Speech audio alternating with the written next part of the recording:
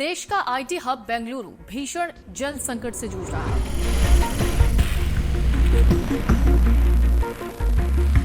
Water tanker operator पहले जिस 1000 litre पानी के टैंकर की कीमत 600-800 रुपए के बीच रखते थे, वहीं अब इसकी कीमत हो गई है 2000 रुपए से भी ज्यादा।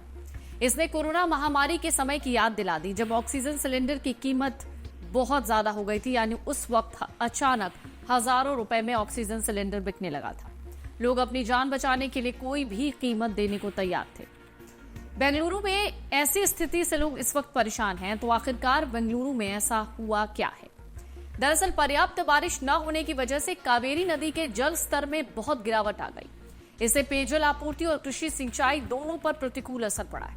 इसके अलावा बोरवेल ने स्थिति को और गंभीर कर दिया है। कर्नाटक के deputy CM DK Shivakumar ने कहा है कि सभी बोरवेलों में से लगभग 3000 सूखे हैं। खराब प्रबंधन की अगर बात की जाए तो परंपरागत रूप से कावेरी और स्थानीय झीलें बेंगलुरु को अच्छी तरह से हाइड्रेटेड रखती हैं। रिकॉर्ड कहते हैं 1961 तक यहां कम से कम 262 झीलें थी, अब केवल 81 बची हैं। इनमें से केवल 33 को जीवित के रूप में पहचाना जाता है, बाकी को शहरी फैलाव की भेंट चढ़ा दिया गया है। पिछले 2 मॉनसून सीजन कमजोर थे, इससे कावेरी नदी में जल स्तर कम हो गया, जो बेंगलुरु की पानी और सिंचाई की जरूरतों के लिए पानी का प्राथमिक स्रोत है। बोरवेलों पर ज्यादातर निर्भरता ने बेंगलुरु में भूजल स्तर को कम कर दिया है। लगातार खराब मॉनसून के कारण ये बोरवेल सूख गए हैं। बेंगलुरु का जल आपूर्ति इंफ्रास्ट्रक्चर पुराना हो रहा है। बढ़ती मांग को पूरा करने के लिए ये नाकाफी साबित हो रहा है। बेंगलुरु को प्रतिदिन लगभग 1850 मिलियन लीटर पानी उपलब्ध है, लेकिन अपनी पानी की जरूरतों को पूरा करने के लिए कम से कम 1680 मिलियन लीटर और पानी की जरूरत है। गर्मी के पहले ही जल संकट से जूझ रहे कर्नाटक के बेंगलुरु शहर में नया फरमान भी जारी किया गया। एजेंसी कहती है कि अगर बेंगलुरु में कोई कार वॉश करते, गार्डनिंग करते, कंस्ट्रक्शन करते, रोड का कंस्ट्रक्शन और मेंटेनेंस करते या वाटर फाउंटेन का इस्तेमाल करते हुए मिलता है, तो उसके खिलाफ सख्त एक्शन लिया जाएगा। कार्रवाई के तहत फरमान का उल्लंघन करने वाले शख्स को 5000 रुपए का जुर्माना देना होगा। दरअसल पानी की किल्लत के बावजूद बेंगलुरु की कुछ हाउसिंग सोसाइटी में पानी के दुरुपयोग के मामले सामने आए थे। तब वहां के निवासियों पर 5000 रुपए का जुर्माना लगाने का नोटिस भी जारी किया गया। हालांकि अब इसे लेकर आदेश जारी कर दिए गए हैं। Karnataka water supply and sewerage board ने अपने आदेश में 5000 के जुर्माने की बात कही है। आपको बता दें, हाईटेक शहर बेंगलुरु इन दिनों जल संकट से जूझ रहा है। आलम है कि मुख्यमंत्री आवास में भी पानी की किल्लत की बात सामने आ चुकी है। यहाँ 5 फरवरी को पानी के टैंकर्स को आते जाते देखा गया था।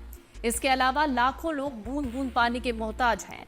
सोसाइटी और कॉलोनियों में पानी की बड़ी किल्लत है। टैंकरों से पानी मंगाया जा रहा है, बावजूद इसके पानी की कमी पूरी नहीं हो रही।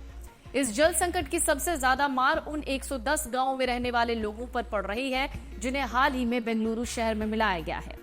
इसके साथ ही दक्षिणी बेंगलुरु की आवासीय कॉलोनीज और बहुमंजिला इमारतों में रहने वाले लोगों को एक नए तरह की जीवन शैली में ढलने के लिए मजबूर किया है। ये सब एक ऐसे वक्त पर हो रहा है जब मौसम विभाग एक दौर में भारत के सबसे ठंडे शहरों में शामिल रहे बेंगलुरु शहर में असामान्य रूप से ज्यादा तापमान और लू चलने की बात कह रहा है। बेंगलुरु शहर के अधिकारी और सामाजिक कार्यकर्ता मानते हैं कि ये जल संकट अगले 100 दिन से ज्यादा नहीं चलेगा। शीर्ष अधिकारी कहते हैं, कावेरी जल परियोजना के अलग अलग चरणों को शुरू करते वक्त जनसंख्या वृद्धि के जो आकलन लगाए गए थे, जनसंख्या में उससे कहीं ज्यादा बढ़ोतरी हुई है। बेंगलुरु जलापूर्ति और सीवेज बोर्ड के चेयरमैन का भी मानना है कि कावेरी जल परियोजना पर इस समय बहुत दबाव है।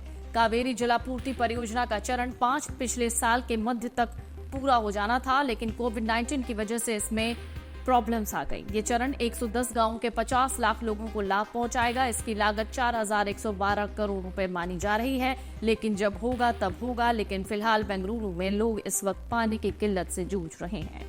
अगर आप ये वीडियो YouTube पर देख रहे हैं तो हमारे चैनल को सब्सक्राइब करें और बेल आइकन को दबाना ना भूलें। अगर आप Facebook पर ये वीडियो देख रहे हैं तो हमारे पेज को लाइक करें।